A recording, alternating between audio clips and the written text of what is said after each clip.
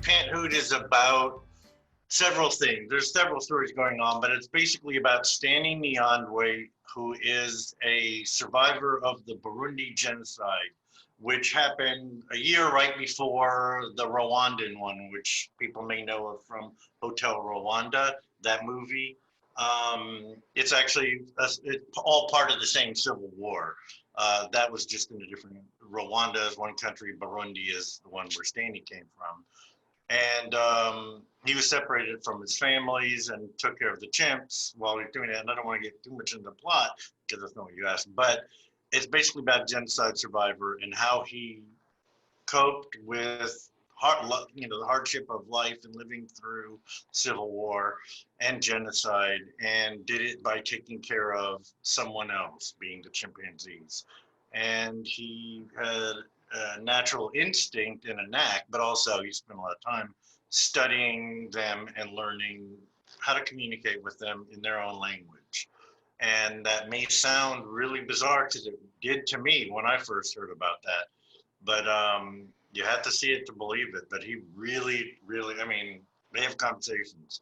I had some really close friends, the Holwigs, who are now the executive producers of this film, and they had met Stanley 15 years prior to me meeting him and prior to the film.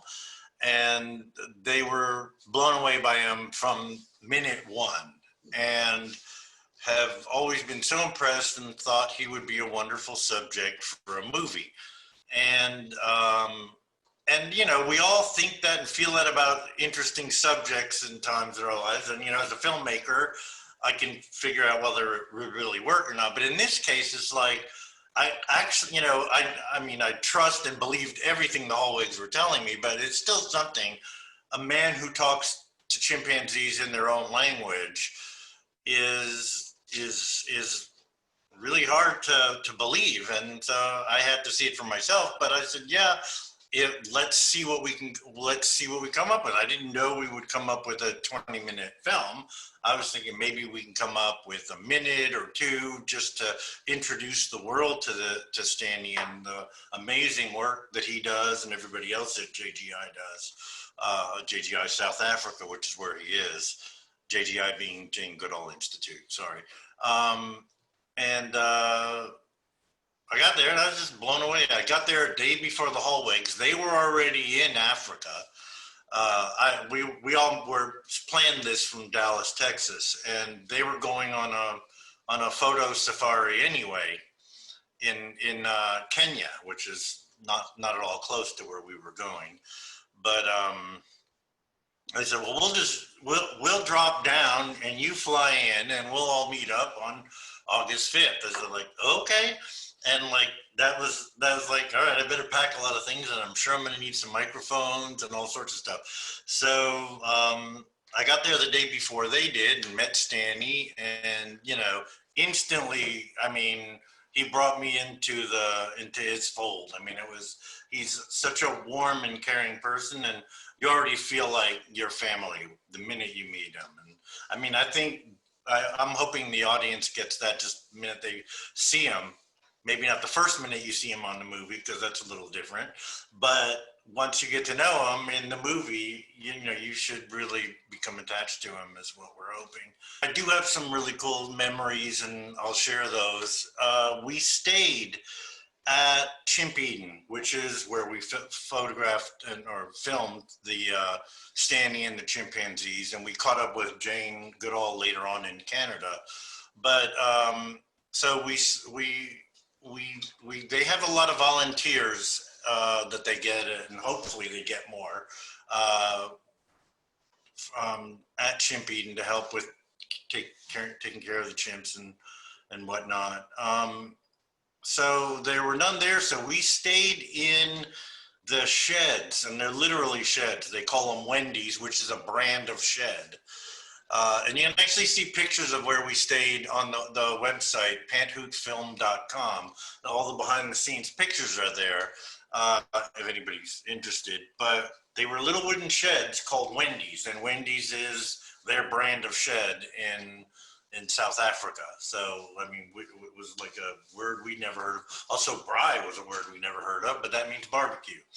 So those are, anyway, staying there and spending the night in the sheds. The chimps' night enclosure, they don't stay loose in the acres of land that they play in during the day. They all go inside at night for their own safety from wild animals, and also so everybody knows, if somebody's sick or whatever, also a good place to feed them and give them their medicine and their vitamins and their supplements. But so they're all in a night enclosure, which isn't that far. I mean, it's like a minute walk from where I was sleeping. And so you sit, and I'm already on 12-hour time difference there, and it's or I guess 8-hour time difference. And it was so you're already tired, but you're sleeping lightly. In the middle of the night, you hear all these crazy sounds, and it's like you could only imagine that it was a chimp waking up from a nightmare or falling out of a hammock or whatever, and pant hooting and which is the term for the chimp's vocalizations in the name of the film. And they make a racket, and just like like one of them's like really upset about something, and all the other ones are probably just saying, "It's okay, we're here for you, and we're we'll go ahead and howl with you, we'll pant hoot with you," and they make them feel like they're part of the thing, but everything is okay, and they're there for them basically. There's no definite plan not to, although we have a way to do it. I've planned it. I've definitely planned what I want to do, what I'd like to say, what I'd like to see, and how I could accomplish it if the COVID problem that we're all going through right now. And South Africa is no exception. And the chimps are just as likely to catch it as you or I or anybody else. Yeah, I'd like to go back, and it's possible to do it remotely. I'd like to follow Stanny to his home, and he lives in Uganda now, and I'd like him to give us a tour of Burundi. I'd like to go into the Congo, into the jungle with Stanley, and have him meet wild chimps and maybe translate and see what that's like. Obviously it's not going to be like, hey, we're going to go meet the natives on a fishing trip or something like that. These are wild animals, and they are not friendly to people. Grateful to Jane for the time that she gave us and agreeing to do it. But I mean, how can you do a movie? My whole thing was, how can we do a movie about chimpanzees in any regard, whether it's how they speak or whatever, without talking to Jane Goodall? She's very generous with her time. It's just very hard to get. She travels, or did up until COVID, 300 days a year she's away from home.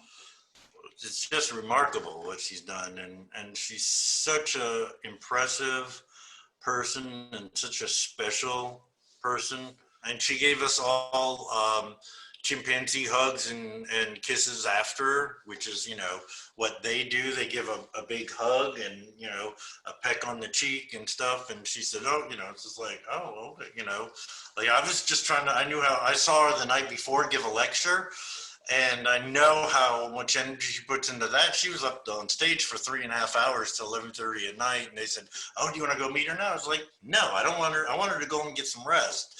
I don't want to take anything more away from her than what she's going to give us. And then she still sat with us, did selfies, and it was like really amazing. She's really special. Our website is panthootsfilm.com.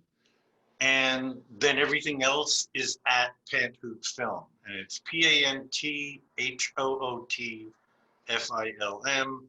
And so it's Instagram at panthootsfilm, Twitter at panthootsfilm, and Facebook Facebook.com/panthootsfilm. On our website is another link for getting involved. And one of the things that apparently has become, I've done it, and I've told people what I did it for my sister's birthday, is you can adopt a chimp.